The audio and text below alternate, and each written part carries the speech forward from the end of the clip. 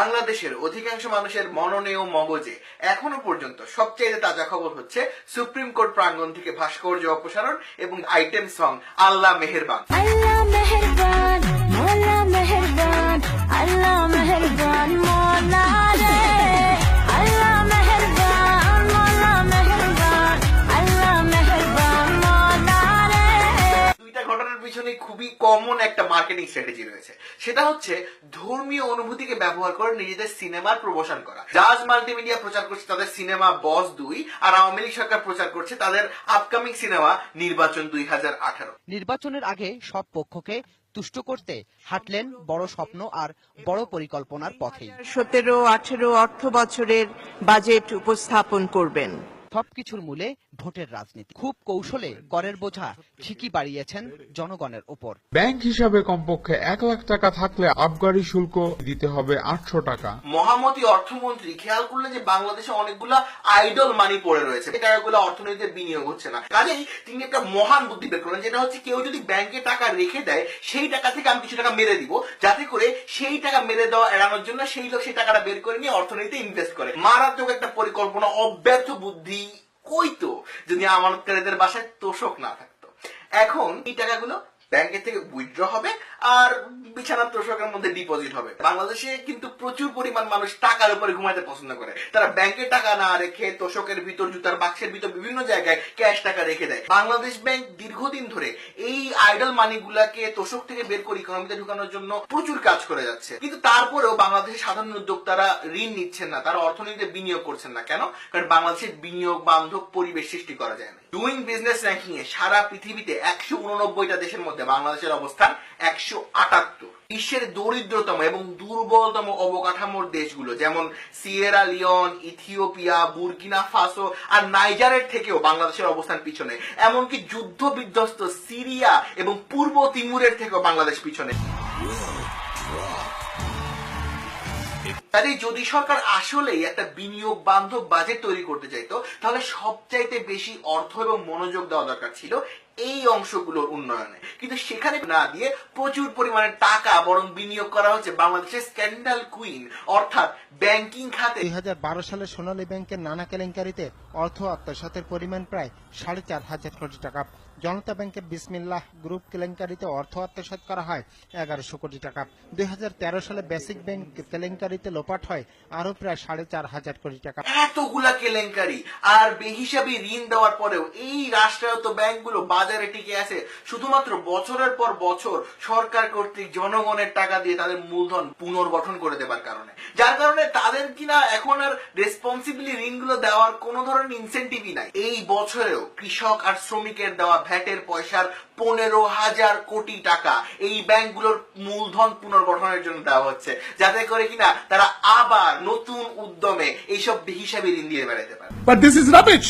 I'm a nigga with an attitude, thanks to y'all. And I don't give a fuck, I keep it gangster, y'all. I'm a ride for my side in the... এখন তিনি বলতেছেন যে বাংলাদেশে অভ্যন্তরীণ বিনিয়োগ হচ্ছে না কালো টাকার কারণে। আচ্ছা ভাই, টাকা আবার কালো কেমনে হয়? এই টাকা কালো হয়ে গেছে কারণ এই টাকার মালিকরা সরকারকে ট্যাক্স দিতে চাচ্ছে না, এবং এই কারণে সেই টাকা নিয়ে দেশের বাইরে কোথাও বিনিয়োগ করছেন, যেটা কিনা বলা হচ্ছে পাচার করা। কিন্তু তার আগে সরকার যে তার উপর বারংবার ট্যাক্স বসিয়ে দিচ্ছে এবং তাদের এই দেশে ব্যবসা করাটা প্রায় অসম্ভব করে তুলছে, সেটা নিয়ে কিন্তু কেউ কখনো কথা বলছে না। বলেন তো কেন ব্যবসায়ীরা এই টাকাটা বাংলাদেশে বিনিয়োগ না করে সিঙ্গাপুরে বিনিয়োগ করে?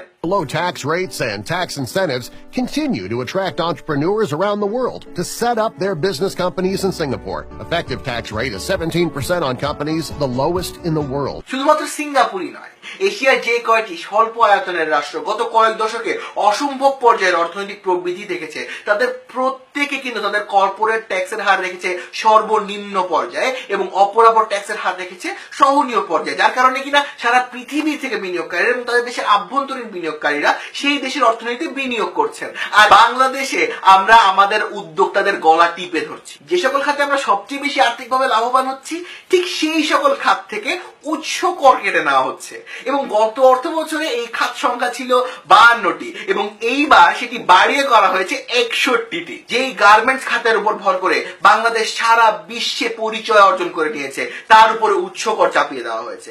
যে ফাস্ট ফুড খাতে বাংলাদেশের হাজার হাজার তরুণ এখন কিনা উদ্যোক্তা হিসেবে আবির্ভূত হয়েছেন, সেই খাতের উপরে 10% ভ্যাট বসিয়ে দেওয়া হয়েছে। হইতে পারে যে ফুড ব্যাংকের রিভিউ পরে চাপ সামলাতে, চাপ খাইতে গিয়ে আবুল মাল আব্দুল মুহিত শেষ পর্যন্ত চাপ সামলাইতে না পেরে গার্মেন্টস থেকে কেনা তার পায়জামাটা নোংরা করে ফেলেছেন এবং তারপর সিদ্ধান্ত নিয়েছেন যে এই দুইটা খাতকে বেশি করে ট্যাক্স করতে হবে। কিন্তু এই যে সরকার এতগুলো টাকা, এতগুলো ট্যাক্স কালেক্ট করতেছে, আমরা হয়তো আশা করতে পারি যে এই টাকাটা আমাদের শিক্ষার কাজে আসবে বা আমাদের অবকাঠামোর উন্নয়নের কাজে আসবে, কিন্তু আমাদের শিক্ষা খাতে এই বছর বাজেট কমানো হয়েছে। বড় গত বছরের 14% থেকে কমিয়ে এই বছর বাজেটের মাত্র 12% বরাদ্দ করা হয়েছে শিক্ষা খাতে, যেটা কিনা ইউনেস্কো বা বাংলাদেশের শিক্ষাবিদদের সুপারিশ করা 20% চেয়ে অনেক অনেক কম।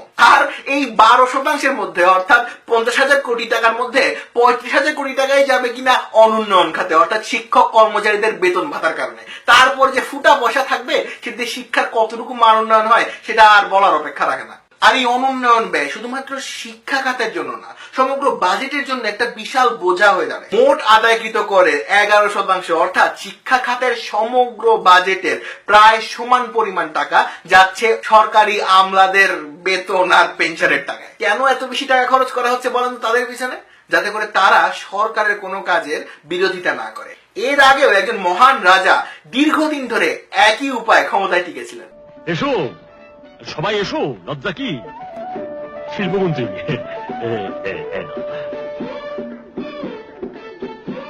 শিক্ষামন্ত্রী, আজ থেকে বন্ধ পাঠশালা। এরা যত বেশি পড়ে, তত বেশি জানে, তত কম মানে। কিন্তু এই হীরক রাজার গলার মালার মতোই বারংবার বাড়িয়ে দেওয়া এই সরকারি আমলাদের বেতনটাও শেষ পর্যন্ত অর্থহীন হয়ে দাঁড়াচ্ছে। কেননা এই বাড়তি টাকা দিয়ে মানুষ বাড়তি কিছু কিনতে পারছে না। তার কারণ হচ্ছে দ্রব্যমূল্যের ঊর্ধ্বগতি এবং মূল্যস্ফীতি। আপনি গিয়ে এখন কোন একটা সরকারি লোককে জিজ্ঞাসা করেন যে কেন দ্রব্যমূল্যের ঊর্ধ্বগতি, তখন তারা সাথে সাথে বলে দিবে মুখস্থ উত্তর, অসাধু ব্যবসায়ীদের সিন্ডিকেটের কারণে দ্রব্যমূল্যের এই ঊর্ধ্বগতি। কিন্তু সিন্ডিকেট তৈরি হয় তখনই যখন কিনা একটি গোষ্ঠীর কাছে মার্কেট পাওয়ার থাকে, পেশি শক্তি থাকে এবং সেটা তাকে সরবরাহ করে সরকার। অর্থাৎ সবচাইতে বড় অসাধু ব্যবসায়ীর সিন্ডিকেট হচ্ছে এই সরকার। আর সেই সিন্ডিকেট যতই এইদিকে ওইদিকে ইন্ডিকেট করুক না কেন, আমাদের দেশের অর্থনীতিবিদরা কিন্তু ঠিকই মূল্যস্ফীতির কারণ বের করে ফেলেছে। সেটা হলো যত্রতত্র বেহুদা ট্যাক্সের বোঝা বসায় দেওয়া, আর একটা হইলো বৈদেশিক অনুদান এবং ঋণের উপর নির্ভরশীলতা। বৈদেশিক সহায়তার লক্ষ্যমাত্রা এবারে ধরা হয়েছে $7.6 বিলিয়ন, যেটা কিনা গত 4 বছর জুড়েও বাংলাদেশে আনা যায়নি। অর্থমন্ত্রী কিন্তু এই ব্যাপারে খুবই আশাবাদী। বিপুলভাবে বৈদেশিক সহায়তা আদায় করছি, পাইপলাইন অনেক বড়। আসলে হয়েছে কি জানেন, মানে সবার মজা পায় গেছে। মানে কয়েকদিন আগে চায়না আর ইন্ডিয়ার মধ্যে কাজিয়া লাগায় দুদিক থেকে টাকা মারছে, এবার ভাবতেছে যে আরে ভাই বিরাট পাইপলাইন খুললাছি আমরা, ইচ্ছা মতন টাকা আমরা আনতে পারবো। কিন্তু সেগুলো কিন্তু ফ্রি আসে না, তার সাথে অনেকগুলো শর্ত জুড়ে দেওয়া থাকে। যেমন কিনা ইন্ডিয়া থেকে LOCR অনুদান আনার কারণে এখন কিনা সরকার চাপের মুখে পড়ে কয়েকদিন আগে 81,000 কোটি টাকার বিদ্যুৎ প্রকল্প বিনা টেন্ডারে দিয়ে দিয়েছে ভারতের রিলায়েন্স গ্রুপকে। এই বাজেটটি খুবই অদূরদর্শী। এই বাজেটে তুমুল সরকারি বিনিয়োগের ভিড়ে চাপগ্রস্ত, ট্যাক্সগ্রস্ত হয়ে দেশীয় বিনিয়োগের হারিয়ে যাওয়ার সম্ভাবনা তৈরি করা হয়েছে। আর তারপরেও শত ট্যাক্স ঠেলেও যদি কোনো দেশীয় বিনিয়োগকারী পণ্য উৎপাদন করে ফেলেন, সেই পণ্য যাতে দেশীয় ভোক্তা কিনে ব্যবহার করতে না পারে তার জন্য সেই ভোক্তার উপরে ভ্যাট বসানো হয়েছে। আর এই উৎপাদনকারীরা যাতে তাদের পণ্যটি দেশের বাইরে রফতানি করে বৈদেশিক মুদ্রা আনতে না পারে, সেই জন্য সেই পণ্যের উপর উচ্চ কর বসানো হয়েছে। আর আমাদের মধ্যে থেকে কেউ যদি পথে নামবার, আন্দোলন করবার কথা বলেন, তখন তাদেরকে এইভাবে হুমকি দেওয়া হয়। আন্দোলন করে কিচ্ছু হবে না আপনার, এবং আপনার আন্দোলন দমন করবো যদি আপনি করেন।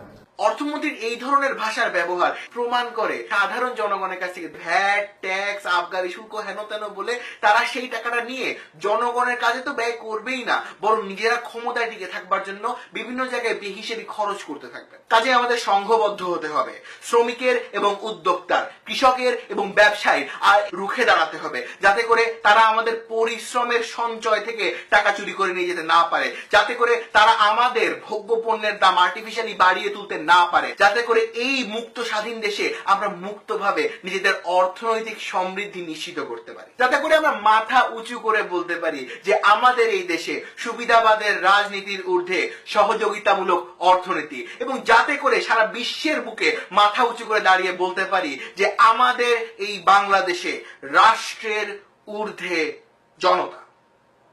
সবাইকে ধন্যবাদ সাথে থাকার জন্য।